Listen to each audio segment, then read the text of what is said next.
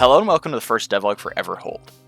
In Everhold, you play through an endless dungeon with the goal of surviving for as long as you can, while a wall of shadow is consuming everything behind you and hordes of enemies block your path.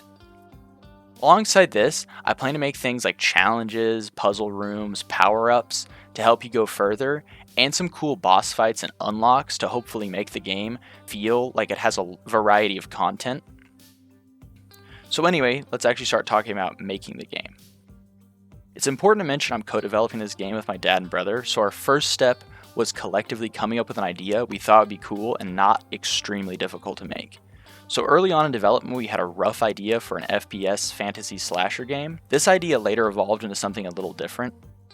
So anyway, I started out making a simple sword model and setting up some very basic controls like movement and jumping. Next, I made some animations for the first-person arms, so the character wouldn't feel so static. I have always had a difficult time with the animation workflow between Blender and Unreal, so getting the animations to work smoothly was a challenge.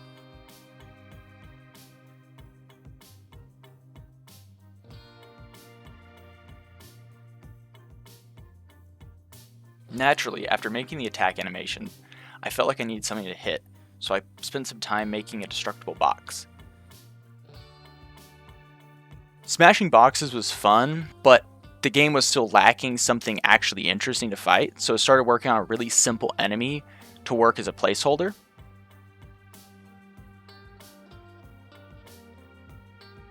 After some work on the enemy and some more combat changes like adding a dodge and a block, I started to realize there was a problem. My winter break from college was almost over, and I realized this game was starting to get out of scope. This leads me to one of the worst parts of game development, which is scope creep. In other words, as we worked on the game, the ideas we had started getting more and more complex, leading to a game that would take way more time to make than any of us had. So at this point, we decided to take a step back and create a plan for a game that had a much lower chance of getting completely out of scope while still being able to use what we had already made. Luckily, the game was still super bare bones, so making drastic changes was not going to destroy hundreds of hours of work. At this point, I was starting to get frustrated because, well, it's not actually very hard to come up with a game idea. Coming up with something that you can actually make in a reasonable amount of time is very difficult. After coming up with new ideas, we eventually settled on a game that would be much more fast-paced and arcadey, and would be fun and action-packed while not being overly ambitious. One of the things I wanted to put a larger amount of focus on with this new idea was art direction and creating something that would stand out in the sea of indie games. So I decided I was going to make something to use as a style tester for 3D textures. After some time, I created this skull trophy thing and made a few texture variants so I could test what aesthetic I wanted to go for. I ended up asking a bunch of different people what their favorite one was, and the general consensus seemed to be that this one was the most interesting. At this point, I decided to put the art side on the back burner and prioritize making something that actually kind of resembled gameplay. I started with making a dungeon generation system that randomly pieces together one giant continuous dungeon from a bunch of tile pieces.